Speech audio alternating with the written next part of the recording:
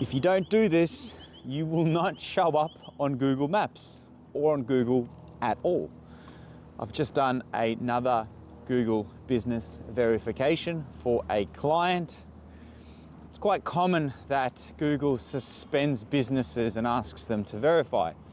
What they've started doing is, as part of the verification process, you need to prove legitimacy of the business by providing a video which shows the signage, the street address, the businesses next door, signage on the vehicle.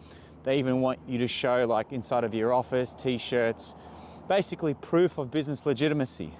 Now, I personally think this is awesome that they're doing this, because it makes it harder for people like me that builds hundreds of rank and rent properties. Call them fake businesses, call them fake websites. They're just websites that don't have a legitimate business behind them. It's lead gen, right? It's like Yellow Pages going ahead and registering a whole bunch of domains and listings and then pushing the leads to whoever. That's just basic lead gen. Anyway, when you do set up a Google business listing, if you do not upload photos of your office, your team, basically things with signage that show your brand, there's a chance that you may need to re-verify. There's a chance that Google will suspend your listing. And what I mean by suspend, they just want you to prove that you're a legitimate business. Now, in this case, we had an address. When you show an address to Google, you instantly pop, I don't want to say to the top, it depends on the density of other offerings in that industry. So in this case, it was a plasterer, and I'm in a pretty dense suburb, so there's other plasterers in the area. But in this case, we've got over 30 reviews, so when we show the address, the business is mature, the business website's mature, we've got lots of images of jobs completed, we popped instantly to the top. And we have been at the top, but we had a change of location, we moved to a new warehouse, and Google made us re-verify, which is of course a pain. In this case, on the client's iPhone, the Google Business app wasn't picking up his camera. So it took us multiple attempts to get that working. Out of frustration, I logged on the client's account on my Android device, which I do not like doing. And on the Android device, it gave us an error 400, so some sort of an outage. Or maybe Google's just realized that a new device is logged in and they've locked us down for security purposes. So needless to say, the process was annoying. And I'm obviously quite good with technology. So if you're a business owner trying to tackle the process yourself, just know that Google's a bunch of monkeys. And while the algorithm might be very smart, the processes might be archaic and really dumb. What you have to do is just restart the phone, try things, close the apps, try a different browser, try a different device. On our 7th attempt, did Google pick up the client's camera, and I was running up and down the street. I ran up the street to show a video of the signage. Then I showed the signage, a video of the street sign. Then I ran up the street and showed the signage front facing towards the street. Then I showed the plastering equipment. Then I showed the office. Then I showed the t-shirt that the client was wearing, business cards, and submitted it. These are the hoops that you need to jump through. I'm actually really thankful that we have to jump through these hoops, because the more we jump through them, the more competitors don't.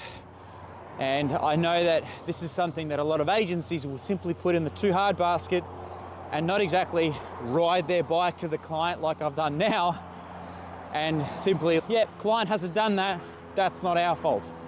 It's not, but it will impact the campaign. And so when you look at the numbers of the campaign, when the business is not showing up on Google Maps, that makes SEO very difficult, because Google Maps brings a lot of traffic. That traffic engages on the site. Site engagement equates to SEO. So if you haven't set up a Google Business Listings for your business, even if you're working from home, that's fine.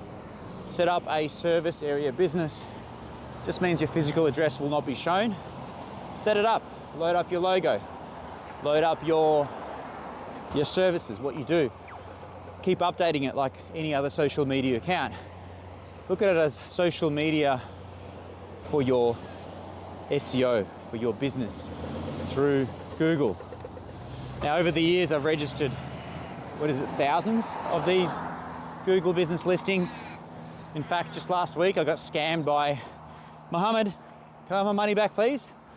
Mr. Mohammed reached out to me. His fake name was Andrew. Reached out to me and said, I can get your business listings. I go, really? I've registered a few of these in my time. Are you sure your ones will stick? Yes, absolutely, 3-year guarantee. He registered the listing in Melbourne CBD. The listing gets suspended in less than 3 days. I didn't even have access to it. I couldn't even accept invitation to it. Then I said, Mr. Mohammed, suspended. And he said, sir, but the work was done, sir. And I said, go register me another one. I don't care about, I want the listing back. So he went and made me another one. We chose a different address in St Kilda. The listing suspended in 3 days. I didn't even have access to it. Now Mr. Mohammed is he disappeared. Moral of the story, Google is spending lots of time, lots of money verifying, making sure their data is clean, making sure they're showing legitimate businesses.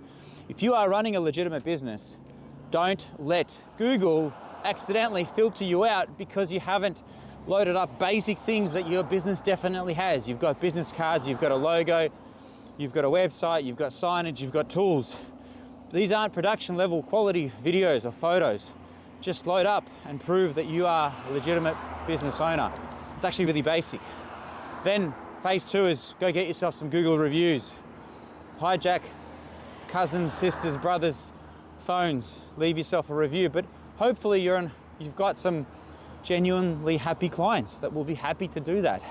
Or incentivize your clients. Make a QR code that directs the user to leaving a review. Use the Google review link provided in your Google listing to SMS happy customers to leave you a review. And ask for the review. I commonly will pre-write reviews for my clients. For example, the plastering, sometimes he doesn't know what to tell them to write, so we pre-write 50 reviews and they just alter the text that suits them. So these are legitimate customers. They just don't know what to write. When leaving a review, bonus points if you have a mature Gmail or a Google account. Bonus points if you upload images of the project with your review. Bonus points if your review is multiple sentences. And bonus points again if your review contains keywords of the desired keywords of the business. So if it's plastering, it's like we hired blah blah blah for plastering services. The ceiling was repaired. We're really happy. The plaster in the bedroom was done correctly. Blah blah blah. Now, when you go to reply, don't be afraid to put the keyword as part of your reply. That ups your keyword density on your property. Thank you very much for using our plastering services. It was a pleasure to do your ceiling repair, replacement, whatever the keyword is, use it. Hope that helps.